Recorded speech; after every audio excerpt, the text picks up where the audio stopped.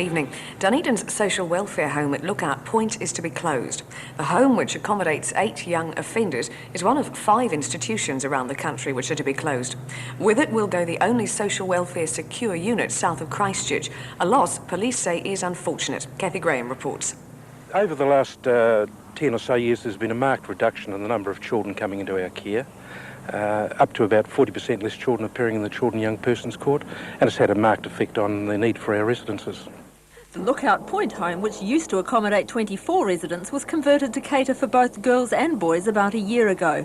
It now accommodates 8, with room for 3 in these secure units. They've housed child murderers and are still used regularly.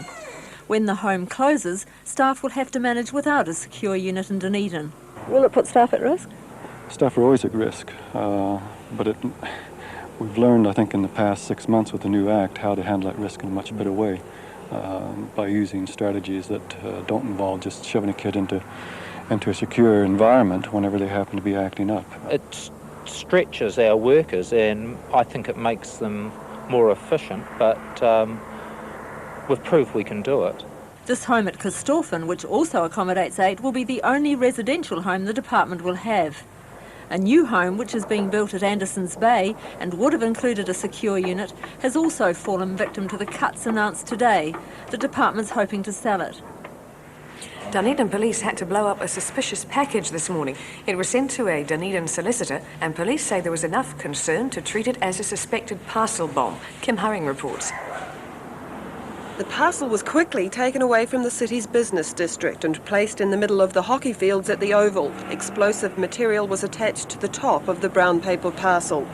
The Dangerous Goods and Explosive Inspector was trying to blow it up in such a way that the contents were not destroyed. In 1962, a Dunedin solicitor was killed when a parcel bomb delivered to this building blew up. That case remains unsolved. This morning, they were taking no chances. A local solicitor has found this parcel in his office. He's not aware of where it's come from or how it came to be there, and we're merely taking the precaution that if the parcel does contain explosive, that we can detonate it safely out here rather than have it go off in his office. Do you have reason to be suspicious of the parcel? I don't know what the parcel contains. It may contain books, it may contain anything, but we just can't take that risk. Ground staff and others watched at a safe distance as the explosive was detonated.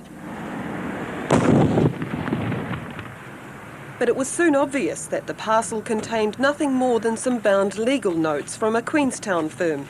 Better be safe than sorry. Yeah. And you did everything properly? Nothing went wrong? According to the book. Yeah, we ended up with the goods, well, 90% intact. The parcel was very tidily blown up. Apart from some ragged edges, the papers could probably still be used for their original purpose. And more importantly, some minds could be put to rest. Health problems have struck the tuatara population at Invercargill's Southern Museum.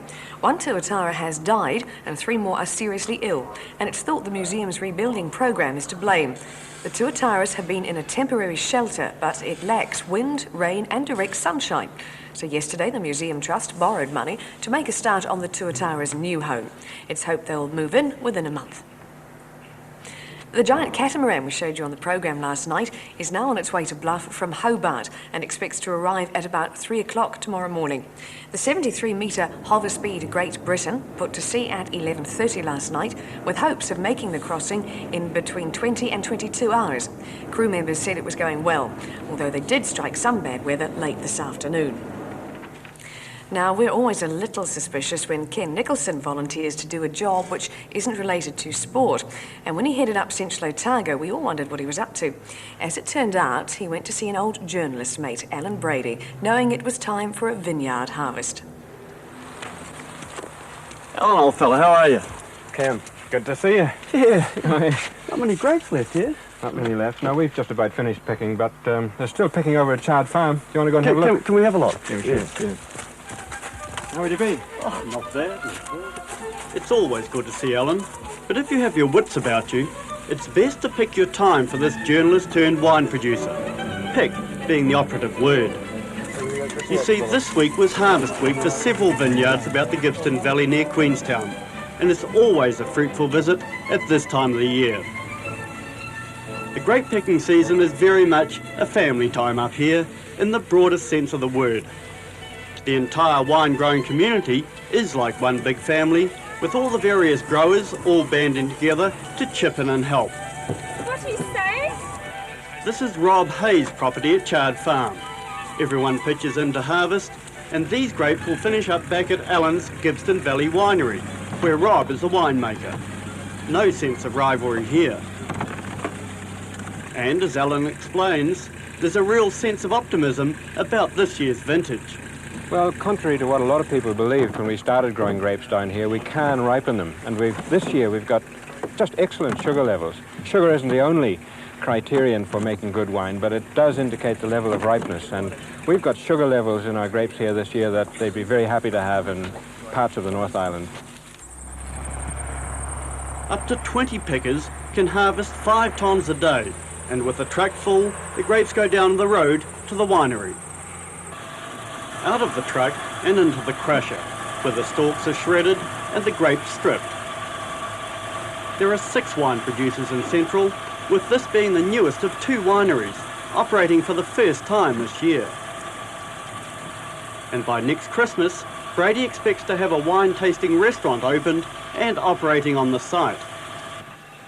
The crushed grapes are then pumped into a drainage tank, and as it's imperative to crush and press the grapes on the same day as harvest, the operation goes well into the night.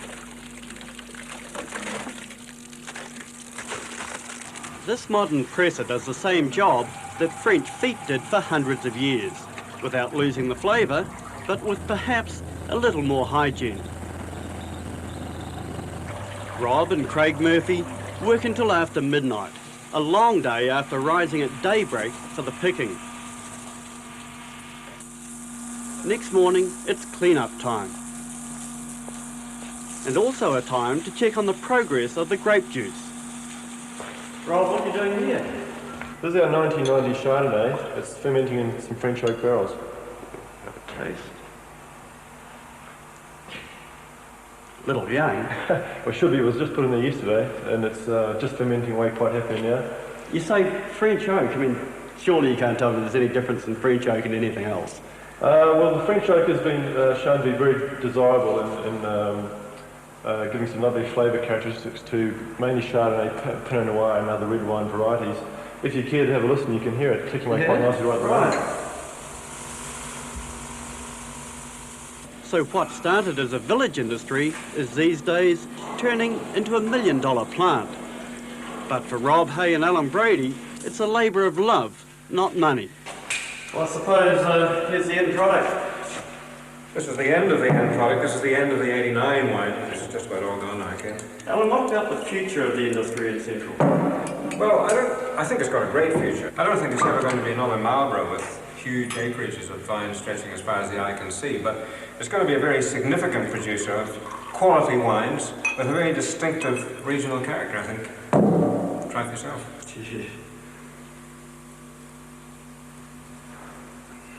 Oh, it is nice.